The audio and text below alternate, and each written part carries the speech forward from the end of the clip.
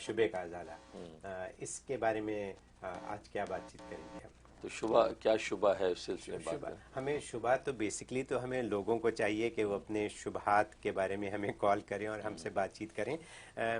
Face بک پہ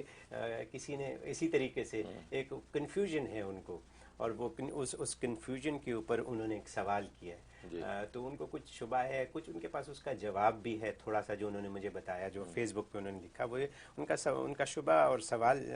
کچھ شک یہ ہے کہ اگر دعائے قنوت نہ آتی ہو تو کیا وہ کوئی اور دعا پڑھ سکتے ہیں؟ انہوں نے کہیں سنا ہے کہ دعائیں ساری ایک جیسی ہوتی ہیں، تو دعائے قنوت کی جگہ کوئی بھی دعا پڑھ لی جائے تو صحیح ہے، تو ان کا یہ شک ہے، اس کے بارے میں کیا فرمائیں گے آپ؟ اچھا سوال ہے۔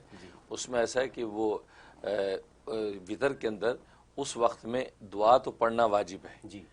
کوئی بھی مسنون دعا جو حدیث سے ثابت ہے وہ دعا پڑھنا واجب ہے، اور مخصوص وہ دعائے قنوت جو کہلاتی ہے وہ پڑھنا سنت ہے۔ اچھا، لہذا اگر کسی کو دعا قنوت نہ آتی ہو تو کوئی ایسی دعا جو اس کو یاد ہے، جیسے ربنا آتنا فی الدنیا حسنہ وفی الآخرۃ حسنہ وقنا عذاب النار، یہ پڑھ لے،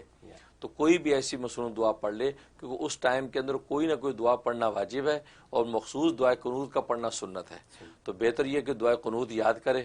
اس کے الفاظ بہت عمدہ ہیں، بہت اعلیٰ ہیں، بندگی کی انتہا ہے ان الفاظوں میں، وہ یاد کر لے۔ اگر جب تک یاد نہیں ہے تو کوئی بھی ربنا آتنا فی الدنیا کی دعا پڑھ لے، یا ربنا ظلمنا انفسنا والی دعا پڑھ لے، تو کوئی بھی مسنون دعا اس وقت پڑھ لے تو اس کی جو ہے وہ وتر کی نماز بالکل پوری ہو جائے گی۔ دعائے قنوت کے اگر معنی جاننے کی کوشش کی جائے تو جیسے آپ نے فرمایا کہ بندگی کی انتہا ہے، بہت زبردست دعا ہے، اور ہم سب کو یاد کرنی چاہیے، جس کو نہیں آتی اسے یاد کرنی چاہیے۔ امید ہے آپ کو اپنے سوال کا جواب مل گیا ہوگا۔